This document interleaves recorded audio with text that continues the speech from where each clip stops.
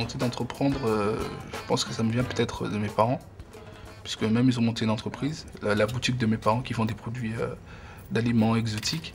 Il fait presque tout aussi. Donc c'est lui qui fait aussi il s'occupe des côtés de la gérance aussi. Quand on achète les marchandises, c'est celui qui s'occupe des factures.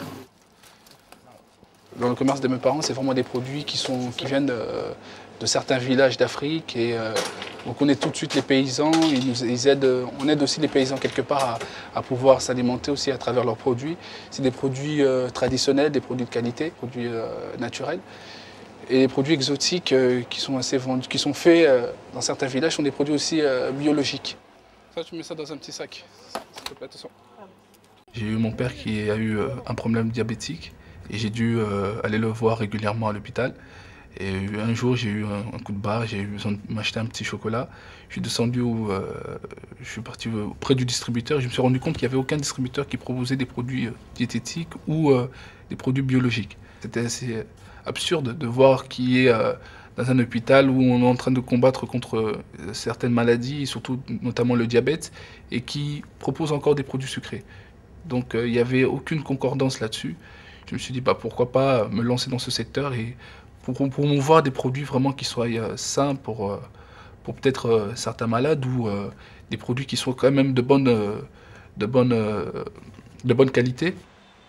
Le marché du bio existait avec ses fournisseurs et ses produits biologiques. Mais de l'autre côté, en ce qui concerne le marché de la distribution automatique, il n'y avait aucun gestionnaire qui proposait des produits diététiques ou biologiques. Donc le principe, ce serait de pouvoir distribuer des produits biologiques de collation, comme des chips, des chocolats, de la friandise, et quelques sandwichs, salades et des fruits, grâce à des distributeurs automatiques. Et on retrouverait ces distributeurs dans des hôtels, dans des écoles, dans des zones de chalandise à la sortie du métro. Je veux faire des produits qui soient similaires à des produits qui sont non biologiques, en ce qui concerne les produits des distributeurs. Bonjour Monsieur Socrate. Comment allez-vous? Très bien, et vous? Oui, ça va. On est sur un format de bar avec 3 petites portions à l'intérieur et qui seront également, une copie de ce qu'on peut trouver sous des marques hyper connues en conventionnel. Là, on est sur des formats qui font 40 grammes et 50 grammes. Et c'est vrai que ça s'adapte complètement à un besoin de petit encas, sachant que sur des produits comme les chips de pommes, il y a 0 lipides, 0 glucides. On n'a pas d'adjonction de sucre, on a vraiment un produit 100% naturel.